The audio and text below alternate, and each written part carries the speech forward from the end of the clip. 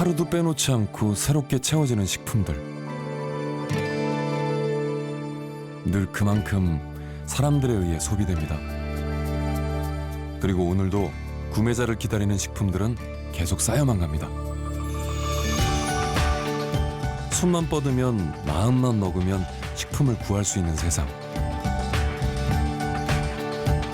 하지만 우리는 식량으로부터 얼마나 자유로울까요?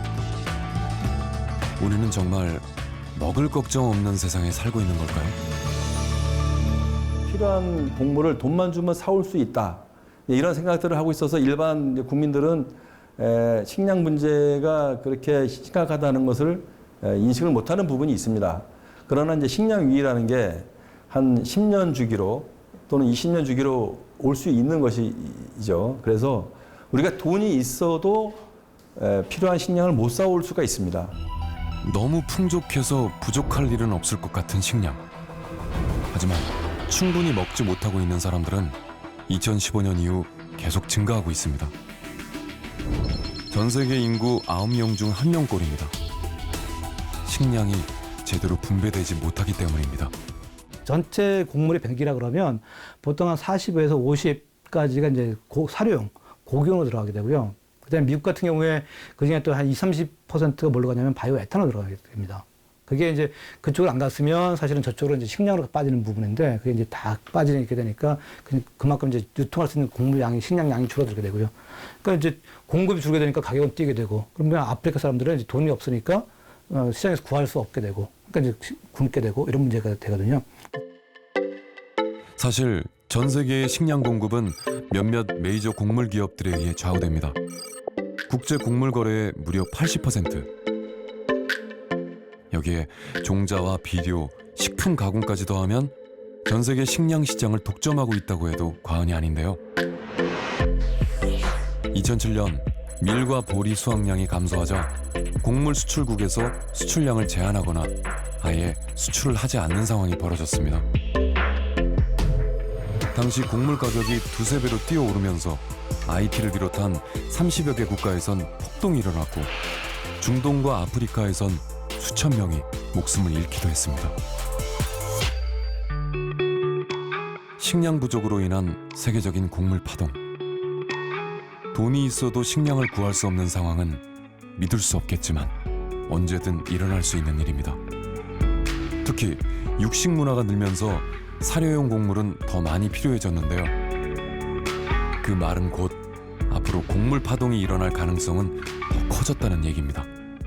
世界的なですね経済発展で、中国をはじめとしてですね多くの国が経済発展をして畜産物の需要が高まってますよね。そうすると畜産物の生産のために必要な穀物というものがどんどん必要になってきていると。で一方で、穀物生産の可能な農地というものがやはり限られてきているので、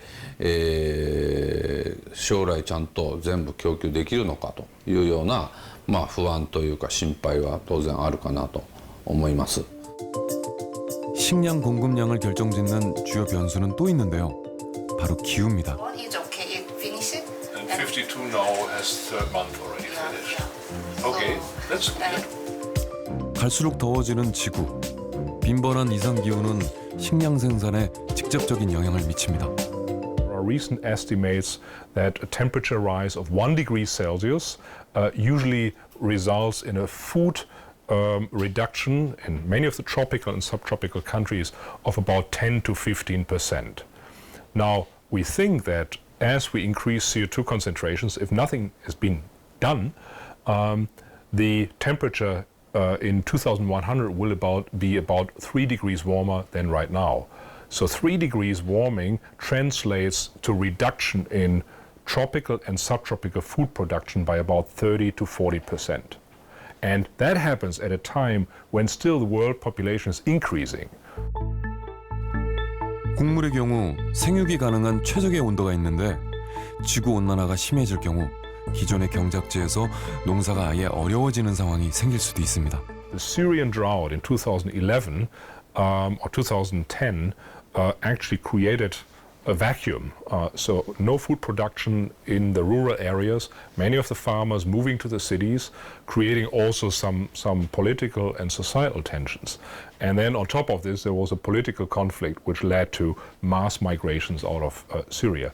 So you can think of climate stress and food insecurity be one of the drivers also for political conflicts and resulting mass migrations. 인구의 증가, 육식 위주의 식생활, 기상이변, 그리고 재난과 전쟁. 그 모든 상황에 대비해 한 국가가 일정한 양의 식량을 확보하고 유지하는 것. 그것이 바로 식량 안보입니다. 때문에 국제시장에서 안정적으로 공급받는 것과 함께 국민이 필요로 하는 식량을 국가 스스로 얼마만큼 생산할 수 있는지 여부는 그래서 매우 중요합니다. 대개 사료용을 제외한 국내 생산 비율을 식량 자급률, 그리고 사료용을 포함한 국내 생산 비율을 곡물 자급률로 구분하는데요. 그런데 우리나라의 자급률 심상치가 않습니다. 세계 평균 곡물 자급률이 101.5%인데 비해 국내 곡물 자급률은 23%. OECD 회원국들 중에 최하위 수준인데요. 해외 의존도가 높은 상황에서 식량 위기가 닥칠 경우 어려움을 겪을 수밖에 없습니다. 기후가 어떻게 변할지 모르고, 그다음에 이번에 이제 미중 분쟁과 같이 이런 보호주의가 점점 확산되면서 그 국가들 간의 통상 마찰 이런 것들이 이제 국내 우리한테 들어오는 들어오는 식량의 가격에 영향을 미칠 때 국내에 이제 그 영향이 굉장히 크게 올 수 있는 부분이 항상 리스크가 잠재돼 있고. 서울과 비슷한 면적의 싱가포르, 약 580만 인구가 살아가는 도시국가입니다. 좁은 면적에 높은 인구 밀도, 농사지을 땅이 턱없이 부족합니다. 하지만 지난해 발표된 세계 식량 안보 지수에 따르면 1위국은 바로 싱가포르였습니다. See, this goes to the fact that it doesn't mean that if you produce more, you're the most food secure. You can produce a lot of food. If the food doesn't get to the consumer, if the consumer cannot afford to buy the food, then you're not food secure at the household level. 경장 면적이 나라 전체의 채 1%가 되지 않는 나라. 식량 소비량의 90%를 수입에 의존하는 싱가포르는 어떻게 최고의 식량 안보국이 되었을까요? 주목할 것은 싱가포르 정부의 식량에 관한 정책, 그리고 정부 정책에 대한 국민의 신뢰입니다. Do you also think that they're doing a good job in this? Yes, definitely. We really trust them because we are also in the F&B business, so we take a lot of guidance, a lot of directions from the government in this area, right? And we are also very careful with what we serve to our customers. I think the Singapore government, they are doing a good job in monitoring the import of stuff. That's why we trust things that is being packed in Singapore. 식량 안보를 자국의 국방력만큼이나 관심 있게 다루는 싱가포르 정부. 하나의 품목도 다양한 대륙의 다양한 국가에서 더불어 원액, 분말, 가공품 등 다양한 형태로 수입합니다. 기후변화와 같은 식량 시장의 불확실성에 대비한 수입선의 다변화. 어떤 상황이 닥치더라도 대응이 가능한 식량 탄력성. 이것이 싱가포르 식량 정책의 핵심입니다. Diversity, yes, we have to be importing from many countries. So we are always saying that we cannot rely, our policy is we cannot rely on one country for 30% of our supply. Anything above 30% is dangerous. So we diversify, we get a few countries. Yeah. 싱가포르가 수입하는 모든 채소와 과일이 거래되는 폐서 판장 수입 도매 시장입니다. 정부 관계자들이 전 세계를 누비며 수입 품목의 전 과정을 꼼꼼하게 시찰한 결과 싱가포르는 현재 170여 곳의 국가에서 식품을 수입하고 있는데요. 국제법상 인정된 나라 수가 242개국인 것을 감안하면 전 세계 국가 중 70%와 식량 교육이 이루어지는 셈입니다. 같은 과일이라도 원산지는 여러 국가. 만약 어떤 국가에서 문제가 발생하더라도 싱가포르는 큰 어려움을 피해갈 수 있는 거죠. 식품 수입 업체를 운영하고 있는 크랜스턴시 역시 수입선의 다변화를 강조합니다. Because different countries have different geographical locations, so they have different seasons of producing food. So, say for example, one food season ends in one country, the other country will continue supply.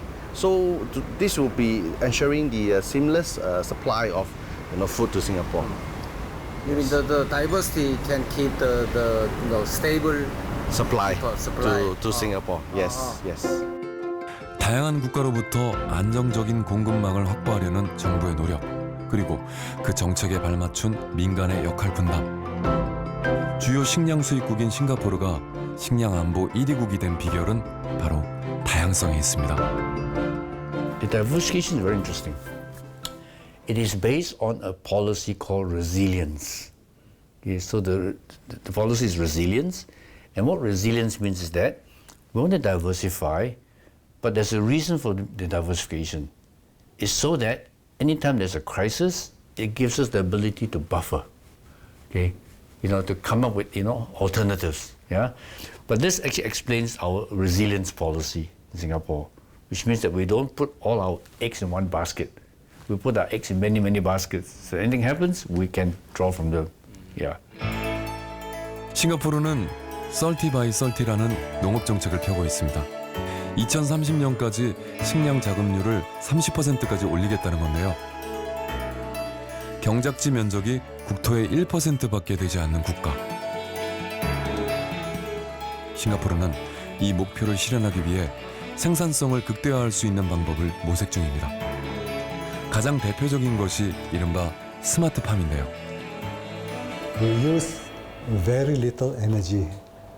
We do not use LED lighting. We rely on sunlight. We have rainwater harvesting, and we use rainwater for irrigation.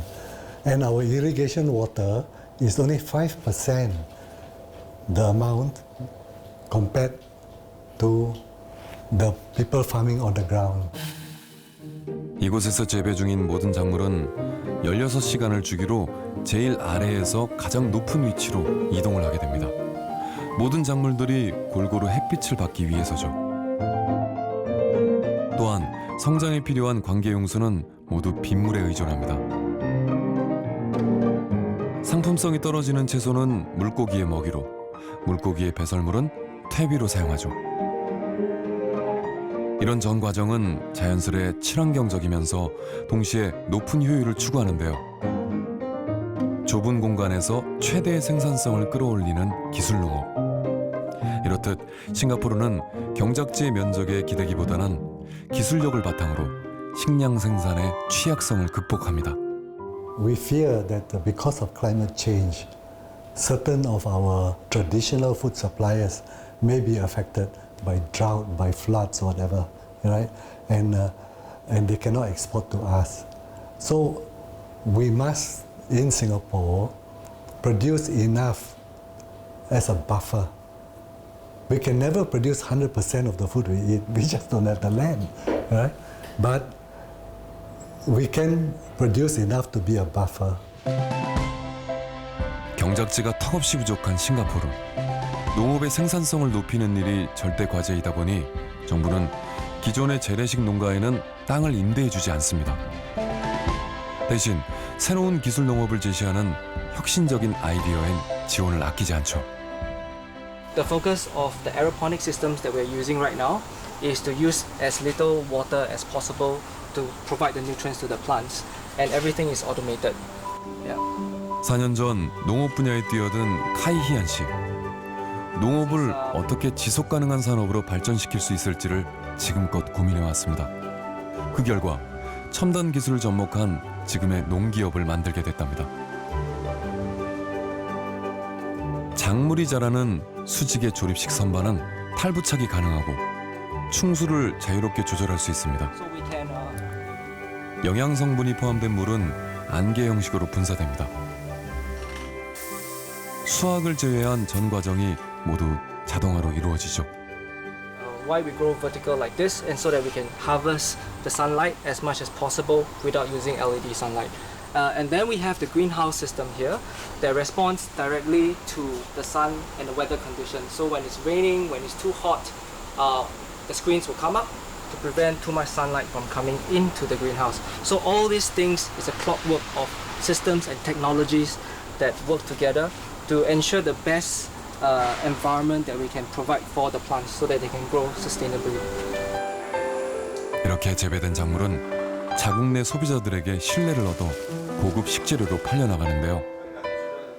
This sustainability is a very big idea, I guess. When you start off with being environmentally sustainable, using less energy, using less input, all these things is important that we start from the production stage. So these are the values that our consumers believe and they support us because of that. 카이 씨는 올해 새로운 땅을 임대받았습니다. 지금의 농장보다 6배가 더 큰 규모. 무려 6헥타르에 이르는 이곳에서 싱가포르의 미래를 책임질 차세대 농장을 만들 계획입니다. So this is the start, I guess, of the next wave of future farms in Singapore. And recently they have tendered 20 years lease to a lot of farms. Actually, I think quite a handful of farms won the land tender. Right, we are one of them. And this is the next wave of high-tech farms in Singapore. 이런 유능한 젊은 인재들은 그냥 만들어지지 않습니다. 싱가포르 정부와 또 기업이 합심해 야심차게 운영하고 있는 프로그램이 있는데요. 바로 On and Run 프로그램입니다. ELP로 불리는 이 프로그램은 학생들이 월급을 받으면서 실무를 경험할 수 있는 일종의 유급 인턴십 과정인데요. What is the industry work goals, then also to know how it works, then to learn more about the fisher at the same time. It's a two-way lah. Just to learn the fish, also learn to study at the same time. Also know how the system works as well. ELP는 2015년 처음 시행된 이래 매년 500명 이상의 학생들이 참가를 하는데요. 싱가포르의 식량 산업 분야를 이끌어갈 인재들이 이 프로그램을 통해 배출되고 있는 겁니다. The polytechnics are now offering diplomas in farming, fish farming, vegetable farming. Okay? And through these diplomas, they help their students get these earn and learn programs, internships basically, but paid internships. And that's one way to get them interested in farming.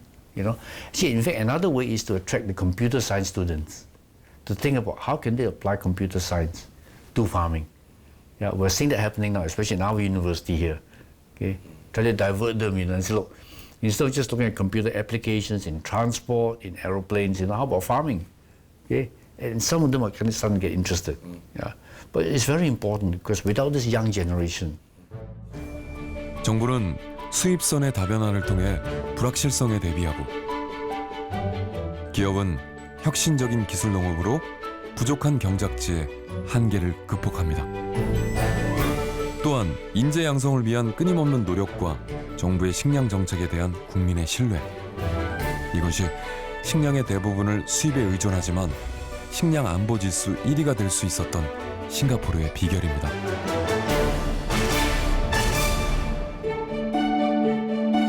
이곳은 부산에서 유일한 미국 처리장. 정부의 공공 비축미를 비롯해 쌀의 수급을 조절하고 유통까지 담당하고 있는 곳인데요. 그 옛날 광활했던 김해평야가 바로 이 인근에 있습니다. 식량 안보를 위협하는 낮은 곡물 자급률 속에서도 쌀의 경우 자급률이 100%에 가깝습니다. 우리나라 전체 농업의 80%를 차지하는 쌀농사. 하지만 쌀농사는 점점 그 활기를 잃어가고 있습니다. 뭐 이렇게 공장이 인근에 많이 생기다 보니까 농지가 많이 농지가 많이 줄어들었습니다. 줄어들어서 어쩔 수 없이 부득이하게 생산량은 전년에 비해서 많이 줄은 편입니다. 예. 얼마큼 정도 생각하고? 뭐 나락으로 환산을 하면 한 3,000톤 정도 줄었습니다. 지난 40년간 농업 인구는 85% 줄어든 데다 농경지 면적도 30% 감소한 탓에 쌀 생산량 또한 예전만 못하다는데요. 무엇보다 쌀 소비량은 매년 급격히 줄어들고 있습니다. 통계청이 발표한 2018년 양곡 소비량 조사 결과에 따르면 1970년에 국민 1인당 쌀 소비량은 136kg인데 비해 지난해의 경우 불과 61kg. 쌀 소비량만 보면 50년 사이에 절반이 넘게 줄었습니다. 쌀 소비의 감소는 육류 소비의 증가로 이어집니다. 육류 소비가 늘었다는 건 가축의 사료인 밀과 콩, 옥수수 등 곡물 수요가 크게 늘었다는 것을 의미하는데요. 수입하는 곡물 1,500만 톤 중에서 900만 톤이 사료용으로 소비가 되는 것입니다. 그래서 우리가 식생활이 서구화되고 소득 수준이 올라가면 올라갈수록 육류 소비가 늘게 되기 때문에 더욱더 사료 곡물의 수입이 늘게 되겠습니다. 문제는 쌀을 제외한 곡물의 생산량이 턱없이 낮은 수준이라는 데 있습니다. 지난 40년간 곡물 수요가 2배 넘게 느는 동안 수입량은 7배가 넘게 늘었습니다. 특히 밀과 옥수수의 경우 국내 생산량이 1%도 되지 않는데요. 곡물 작업의 기형적인 불균형은 식량 안보의 위기로 이어질 수도 있습니다. 이걸 어떻게 좀 판을 좀 바꿀 것이냐. 쌀에서 예를 들면 이제 대체 작물, 논에 대해서 그러니까는 쌀을 대체하는 작물, 예를 들면 채소라든가 과일이라든가 예를 들면은 그다음에 대두, 뭐 콩이라든가 그죠. 이런 작물로 좀 전환을 해가지고 쌀 과잉 문제 풀고 식량 자급률 향상하고 전체적으로 논농업에서 소득이 늘어나는 이런 구도로 바뀌어 나갈 필요가 있다는 거죠. 그러면. 그렇지 않으면 한국 농업 문제 계속 가라앉을 수밖에 없는 이런 상황입니다. 일본은 우리나라와 많은 면이 닮은 나라입니다. 쌀을 위주로 한 식습관, 대표적인 식량 수입국, 그리고 우리나라와 마찬가지로 OECD 주요 국가들 중 언제나 식량 자급률 하위권에 머물고 있죠. 세계무역기구가 출범했던 1995년, 당시 한국과 일본의 곡물 자급률은 30%. 네, 같았습니다. 그런데 한 가지 주목할 것이 있습니다. 곡물 자급률이 해마다 떨어지는 우리나라에 비해 일본은 미세하지만 매년 자급률이 오르고 있다는 사실이죠. まず食料の自給率の目標を設定して国内生産を維持するということ、それから輸入の確保ですね。輸入を確保することと緊急時の食料安全保障ですね。緊急時に国民にちゃんと食料を提供すること、それから世界の食料需給を安定させるための国際協力、こういうことをするというふうに基本法で決まっています。で具体的な施策の内容はですね、5年ごとに策定される食料農業農村基本計画というのがありまして、その中で決めるというふうになっています。 일본은 일찍이 식량 안보에 대한 심각성을 인지하고 이를 위해 1970년대부터 국가적으로 준비를 해왔습니다. 그 중에 하나는 식량 자급률의 목표를 설정하고 그 목표를 이루기 위해 끈질기게 노력하는 것이었죠. 식량의 안정적인 공급을 위해서 뭘 노력한다. 국가의 책무로서 그죠. 뭐 그런 균형은 돼 있는데 이제 그걸 소비자들, 생산자들, 국민이 이제 이해하기 쉽게 하기 위해서는 어떻든 이제 가시화할 필요가 있다. 수치화해가지고 그걸 수치를 달성하기 위한 노력을 할 필요가 있다. 그랬을 때 그죠. 일본에서는 이제 2025년까지 현재 이제 연령 기준으로 45% 목표를 설정해가지고 현재 뭐 노력하고 있습니다. 그게 이제 2000년도부터 계속 쭉 유지가 되고 있죠. 그 결과로 이제 목표까지는 달성은 못하고 있습니다만은 종전에는 식량 자급률이 상당히 떨어져 왔어요. 근데 이제 2000년부터 최근까지는 38%에서 40%까지는 이제 유지가 되고 있다. 그것만 보더라도 이제 종전하고 달리 어느 정도 이제 식량 자급률이 유지되는 그 효과는 나타나고 있다고 볼 수가 있죠. 일본의 식량 정책을 이끌어가는 커다란 두 축은 정부와 기업입니다. 특히 자본력을 바탕으로 이미 세계 곡물 시장에 진출한 종합상사들과 우리나라의 농협격인 JA의 역할이 매우 큰데요.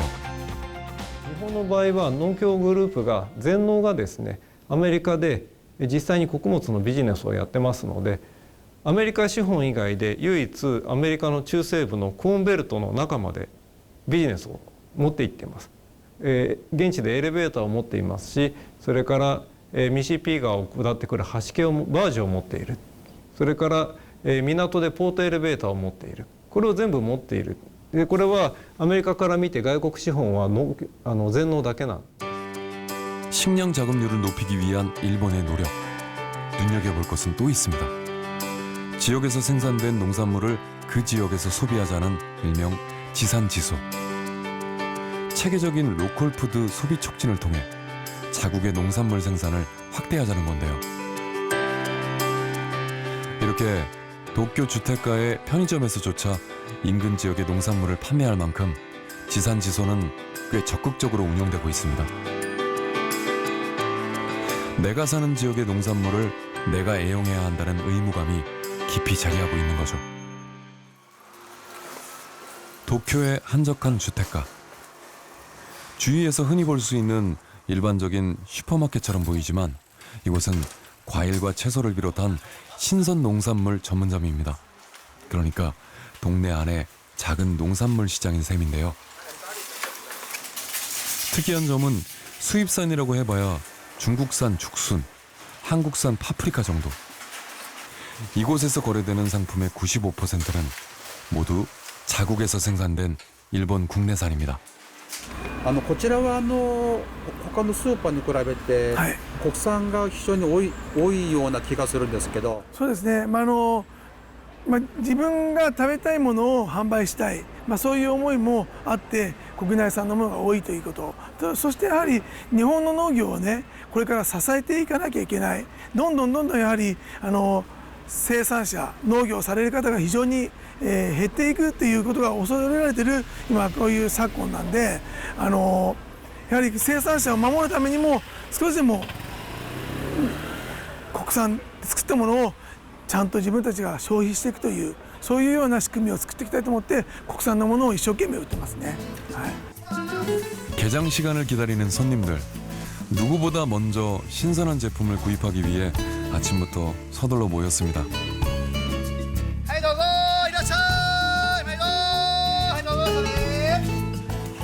전국 각지에서 생산된 특산물들.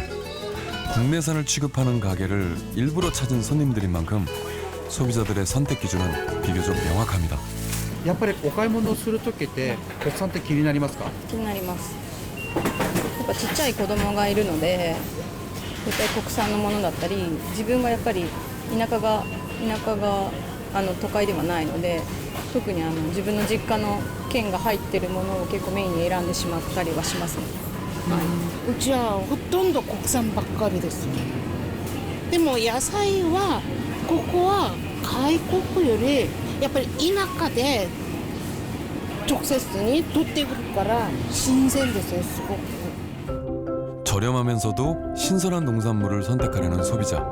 거기다 자국의 농업에 대한 위기의식은 지산지소의 큰 원동력인데요. 그런 소비자들에게 인근 지역에서 생산되는 농산물은 고민할 필요조차 없는 최선의 선택입니다.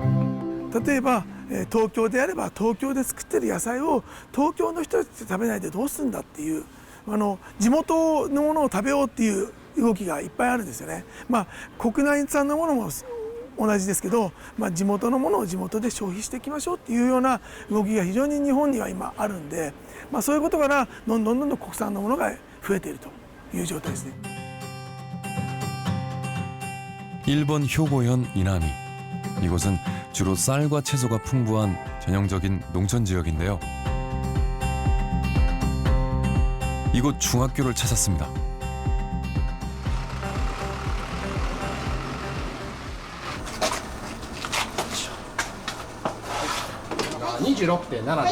급식에 사용될 재료를 실은 트럭이 학교에 도착하면서 오늘 급식 준비가 본격적으로 시작됩니다. 학교 급식을 위해 공급되는 재료는 대부분 이나미 지역과 인근에서 생산된 것들인데요. 이처럼 학교 급식은 지산지소의 좋은 활용처로 이용되고 있었습니다. 稲美町には、海がございません。ということは魚類は、稲美町内産の魚っていうのがない。それと畜産業を稲美町では営む方がいらっしゃらないので、肉なんかも町内産のもんがない。ただ野菜類は町内の分がたくさんありますので、学校給食の中には、地元で採れた野菜をふんだんに利用して、給食を作っております。で、町内で採れない、例えば魚なんかでしたら、兵庫県産近い町で採れる食材を使ってできるだけ仕上げていきたい。 학생들의 급식 30분 전. 교장 선생님이 먼저 식사를 합니다. 식재료에 문제는 없는지 먼저 체크해보기 위해서인데요. 생선을 제외하고는 모두 이남이에서 생산된 것들입니다. よく知ってると思います。これは本校にもそうなんですが、栄養教諭というのが、配属しておりまして、そのものが中心になって、その地元の食材であることはいろんな場面で話をしております。例えば、プリントで、保護者向けにも、こういった、食材を使っているということを、紹介したりであるとか、掲示板の方に校内の中に立てまして、こういったものを使っていると。 곧 급식이 시작될 시간입니다. 급식은 쌀밥을 기본으로 주 메뉴와 부메뉴로 구성됩니다. 이나미 지역은 일본에서도 특히 쌀 생산지로 유명한데요. 이나미에서 생산된 쌀로 지은 밥은 기본. 다른 메뉴들 역시 가능한 한 지역에서 생산된 재료들을 사용합니다. 今日の給食は、野菜、キャベツのおひたし、玉ねぎの味噌汁、牛乳です。で合わせていただきます。 이런 지산지소의 원칙은 이른바 식육교육을 통해서 학생들에겐 하나의 일상이 됐는데요. 4月11日木曜日、今日の献立はご飯、牛乳、アジのピリ辛和え、キャベツのおひたし、玉ねぎの味噌汁です。ピリ辛和えには豆板醤を使っています。そら豆を発酵させて唐辛子などと合わせて熟成させて作ります。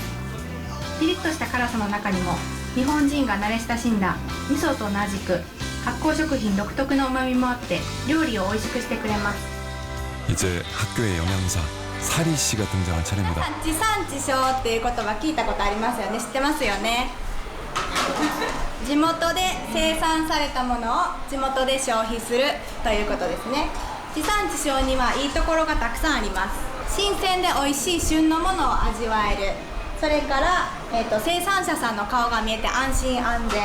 あと運搬距離が短いので CO2 の排出量が少なくて環境に優しいとか、あと地域の活性化や食料自給率の向上につながるなどたくさんいいところがあります。今日の食材の中で稲美町産のもの、ほぼ毎日あるご飯、お米、万葉の香りですね。それと、稲美町産の大豆を使った味噌とキャベツ、にんにく、玉ねぎ、それと兵庫県産のものは毎日飲んでる牛乳、ネギですね。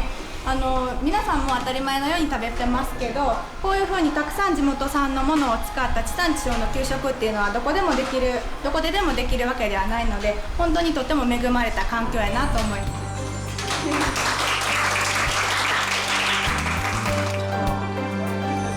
학교 급식으로 지산지소를 실천하고 식육교육을 통해 식량 안보의 중요성을 알아가는 학교.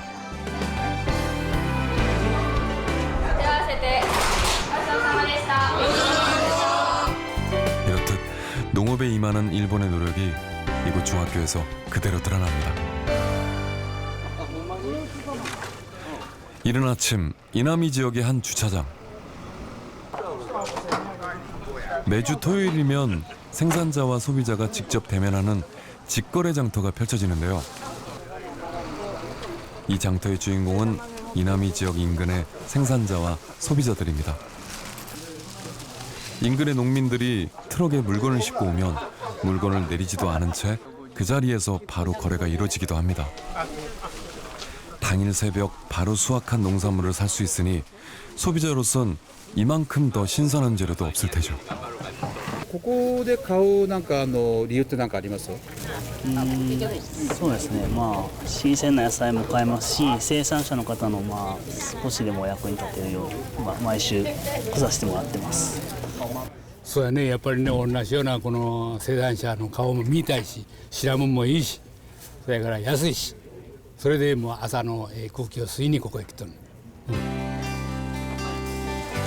특이한 건 이곳 직거래 장터를 찾는 생산자는 사실 돈을 버는 게 목적이 아니라는 겁니다. 方たちはどういうふうにおっしゃってますか。新鮮だということで喜んではもらってます、お客さんには。で農家さんたちもやっぱり直接お客さんとの会話ができるというのもいいというふうに言っております。どうしてもスーパーとかになるとお客さんとの距離が遠いので、例えばこういったお客さんからの声が聞こえないので、こういうところはそういうのを聞きやすいので、いろいろと、都合がいいと言いますか、自分たちの生産者目線ではわからないことが消費者さんの意見を聞けるのが一番大きいと思いますね。 장터를 통해 소비자를 직접 만나고 그 과정에서 신뢰와 유대감을 얻는 것. 그것이 바로 직접 물건을 파는 이유라고 하는데요. 토요일 아침의 직거래 장터. 그런데 알고 보니 이곳은 JA가 운영하는 직판장 주차장이었습니다. 일본 JA, 그러니까 일본 농업협동조합은 우리의 농협 정도로 이해하면 되는데요. 장터를 제공한 JA는 지산지소를 위한 상설 직판장을 따로 운영하고 있습니다. 全国の JA で地産地消を推進するために直売所、ファーマーズマーケットと呼んでおりますけれども、これを展開しています。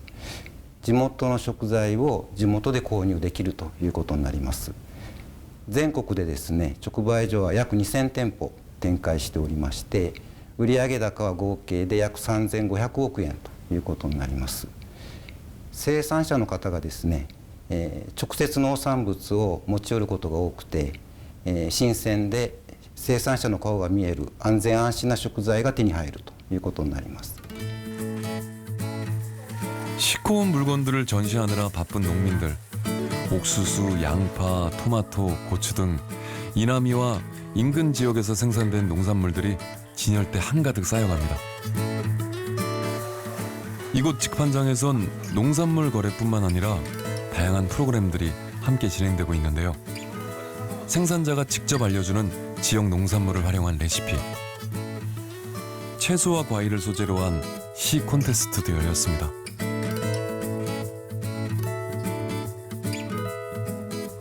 지역민들에게 신뢰를 받는 지역의 농산물, 그러니까 수입 농산물이 들어설 자리는 점점 줄어들 수밖에 없습니다.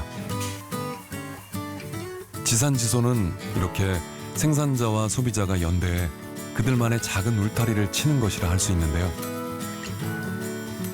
생산지와 생산자의 이름을 보고 상품을 구입하는 경우도 적지 않습니다. 생산지역 또는 생산자가 구매를 결정짓는 하나의 브랜드인 셈이죠.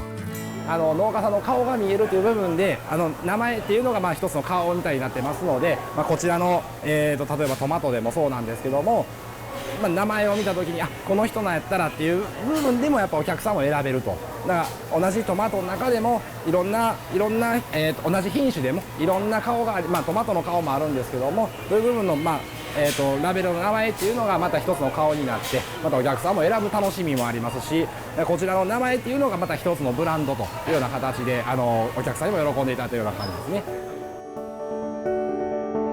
정부의 장기적인 식량 정책과 이를 받쳐주는 기업들의 농업에 대한 투자, 그리고 신뢰를 바탕으로 단단히 결속된 소비자와 생산자, 이 모두는 지금 일본이 식량 안보에 주목하고 있다는 증거입니다.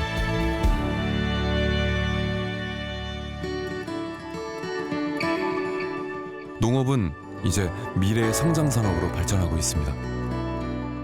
옥상을 태양 전지판으로 가득 채운 이 건물들 중엔 의외로 식물을 생산하는 공장이 있습니다. 이 핑크빛의 정체는 식물 생장에 최적화된 LED 조명. 이외에도 물과 온도 그리고 인공 바람까지 모든 것은 자동 제어 시스템으로 조절됩니다. 말하자면 첨단 기술이 도입된 농업 공장인 것이죠.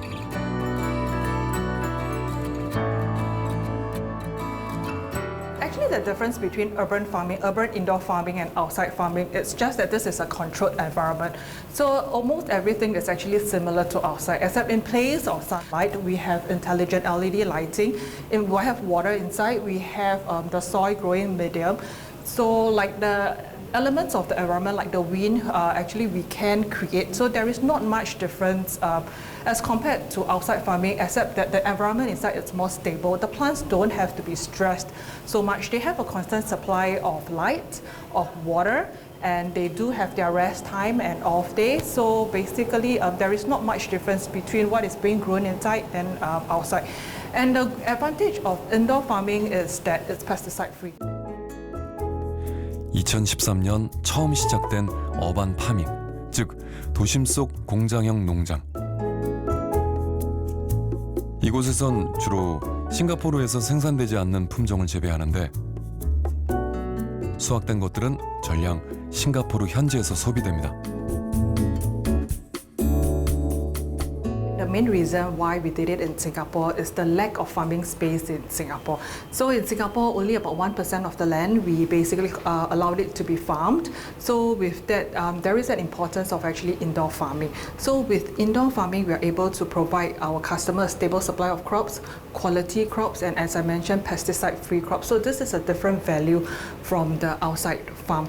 And I also mentioned currently farming, it's no more a sunset industry. It's actually a sunrise industry. We can work with different farmers to basically provide a different kind of values to the consumers in Singapore.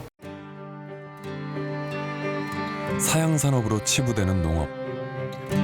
하지만 농업을 새로운 미래 산업으로 주목한 것은 다름 아닌 대기업들인데요. 우리나라의 포스코 역시 그 대열에 합류했습니다. 철강과 에너지를 생산하는 대기업의 선택. 왜 식량이었을까요? 기본적으로는 말씀하신 부분대로 식량이라고 하는 부분은 굉장히 이제 앞으로 뭐 비건하게 이제 뭐 무기화될 거다라는 얘기를 많이 하지 않습니까? 그런 측면에서 보자면 기업의 어떤 사회적 책임이라는 역무도 굉장히 중요한 부분일 것 같고요. 물론 아까 말씀하신 대로 기업이라는 게 이제 이윤이 당연히 이윤 추구를 해야 되는 거 사업성이 있어야지 사실 사업을 하는 건데 그런 측면에서 보자면 곡물 사업은 여러 가지 측면에서 굉장히 기회가 아직은 무궁하다고 생각을 합니다. 포스코 인터내셔널은 올해 2월 우크라이나 물류기업 오렉신 그룹이 보유하고 있는 곡물 수출 터미널의 지분 75%를 인수했습니다. 이로써 우리나라 최초로 해외에 곡물 수출 터미널 운영권을 갖게 된 건데요. 우크라이나에서 생산되는 곡물의 수매와 검사, 저장과 선적 등 단계별 물류 컨트롤이 가능한 곡물 조달 시스템을 구축했다는 데 의미가 있습니다. 올해 상반기 포스코 인터내셔널이 취급한 옥수수, 밀 등 주요 곡물은 전년도 대비 60%가 늘었습니다. 만약 국제 곡물 터미널이 본격 운영에 들어간다면 해외 곡물의 수급 안정화에 좀 더 힘이 실리지 않을까요? 이제 한국이 세계 5위의 수입국이고 그런 많은 수입량을 절대적으로 이제 외자에 의존하고 있다 보니까 사실 곡물 파동기에 평상시엔 잘 표시가 안 나지만 파동기에는 굉장히 큰 위기가 닥쳐올 수 있습니다.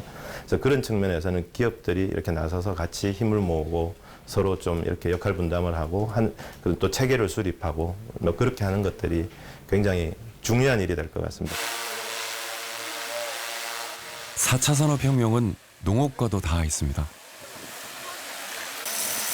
바야흐로 드론의 시대. 드론이 미치는 영향력이 점점 늘고 있는데요. 지난 5월, 드론을 활용해서 벽실을 뿌리는 시연회가 열렸습니다.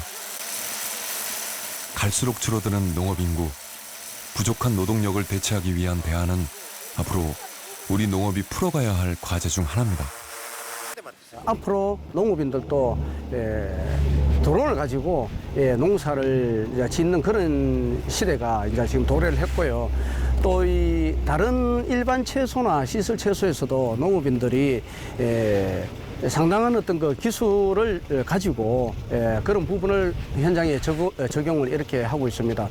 그래서 지금은 농사 짓는 이런 부분들이 새로운 어떤 기술이 이제 들어가서 비용을 절감시키고 소득을 창출시키는 방향에 농업인들도 관심을 갖고 있기 때문에 그런 쪽으로 농사가 진행될 것 같습니다.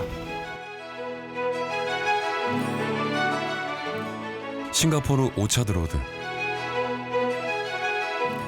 도심 한가운데 위치한 건물 옥상엔 작은 농장이 있습니다. 5년 전부터 버티컬 팜을 운영하고 있는 콤크롭사는 농업 분야에 뛰어든 일종의 사회적 기업인데요. 이곳을 운영하는 대런 씨는 미래의 가치를 농업에서 발견한 후 교사라는 직업을 미련 없이 버릴 수 있었다고 합니다. Well, I didn't actually start it all the way from the beginning. We really started in 2011 as a community farm. So that was many years ago. We started off as a community farm. Along the way, we realized that when we grow together with the community, you achieve a lot of the social and community factors and values that you really want. But along the way, to make it really sustainable and to really make sure that your production is consistent, we decided to move over to a commercial model. 지역 공동체 속에서 실현하는 농업의 가치. 농업의 가치에 주목한 작은 농기업의 커다란 혁신. 그것은 곧 싱가포르 식량 안보의 소중한 자산입니다.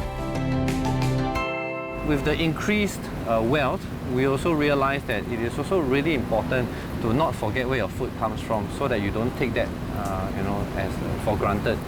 It is only right for any business to want to make money. But what is also important for businesses is to really think that, to really understand that when you earn the money, it is also because you are providing a service to society, you are providing an important good to society. 지금 우리에게 필요한 것은 이처럼 새로운 가치를 가지는 농기업들을 발굴하고 그들이 꿈을 펼칠 수 있게 키워가는 게 아닐까요? 미래 농업의 주축이 될 수 있는 그 안에 경제 주체는 누구일까를 고민 많이 하거든요. 저는 생각이 농기업이라고 생각해요. 어떻게 비즈니스화 시켜서 소비자의 욕구에 맞춰서 그들이 가치 창출할 것이냐에 대해서는 새로운 경영 주체가 아마 만들어질 거고요. 또 사업을 하게 된다면은 어떻게 하면은 혁신을 일으킬 수 있는 농기업을 발굴해서 나름대로 그들이 농업을 주도할 수 있도록 하느냐.